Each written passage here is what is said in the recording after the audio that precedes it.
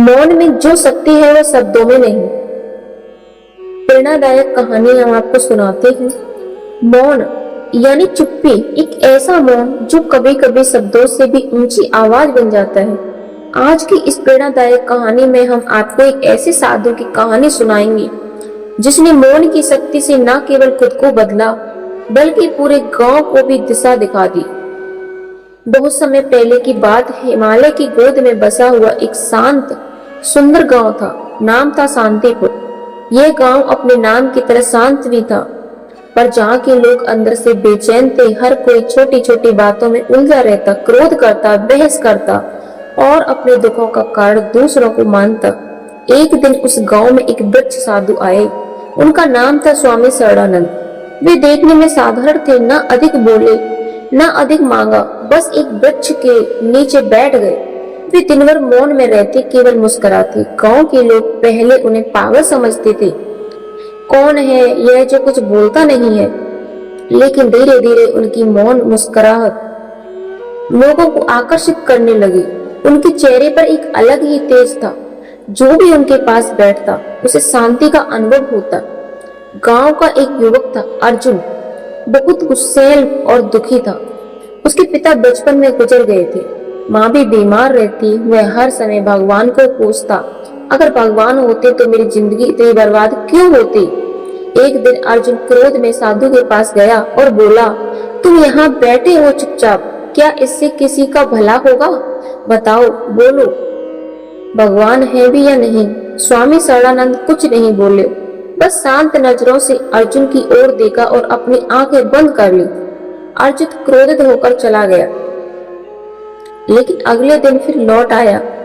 फिर वही सवाल, कुछ बोलते क्यों नहीं? स्वामी शरणानंद अब भी मौन में।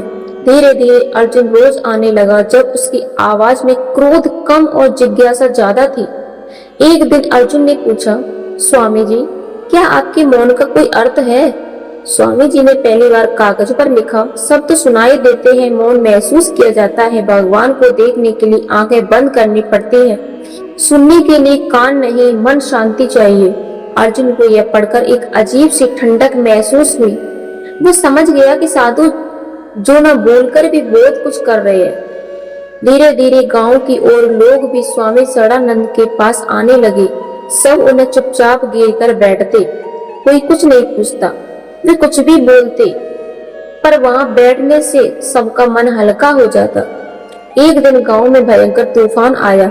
लोग भयभीत हो गए। गांव का मंदिर गिरने के कगार पर था। सब दौड़े, पर कोई उपाय नहीं था। तभी साधु बैठे और बिना कुछ बोले मंदिर के पास जाकर बैठ गए। उनका मौन और दृढ़ बैठना ही गांव वालों को एकत्रित कर लाया। सबने मिलकर मंदिर को बांधने और बचाने की कोशिश की। आश्चर्य की बात यह है कि तूफान रुका, मंदिर बचा। लोगों ने इसे चमत्कार माना। उस रात अर्जुन साधु के पास गया। पहली बार उसकी आंखों में आंसू थे। स्वामी जी, आज मैंने पहली बार भगवान को महसूस किया। वो तूफान में नहीं, वो तो उस आपकी चुप्पी में था, वो मेरे भीतर था। स्वामी जी ने मुस्कुराकर लिखा, भगवान शब्दों में नहीं, भावों में है। मौन वही द्वार है जहाँ से आत्मा परमात्मा से मिलती है। कुछ महीनों बाद स्वामी जी चुपचाप गांव छोड़कर चले गए। कोई विदाई नहीं ली, कोई घोषणा नहीं की, लेकिन जब भी अन होता, झगड़े कम हुए, प्रेम बढ़ा और अर्जुन वह गांव का सबसे शांत और सेवा में रत युवक बन चुका था। वो बच्चों को सिखाता, बोलो कम, सुनो ज्यादा, क्योंकि मौन में जो शक्ति है वह शब्दों में नहीं। इस कहानी से बड़ी सीख यही है, जब मौन बेचैन हो, जब उत्तर न मिले तो कोई मौन जाओ, क्योंकि मौन में वही स्थान है जहाँ ईश्वर हमें सुनता है। शब्दों में हम दुनिया को समझ सकते हैं, समझा सकते हैं, पर मौन से हम स्वयं को और भगवान को समझ सकते हैं। अगर आप भी जीवन में शांति चाहते हैं तो हर दिन कुछ क्षण मौन में बैठिए। यह मौन केवल चुप्पी नहीं, यह आत्मा की भाषा है और यही भाषा ईश्वर को सबसे प्रिय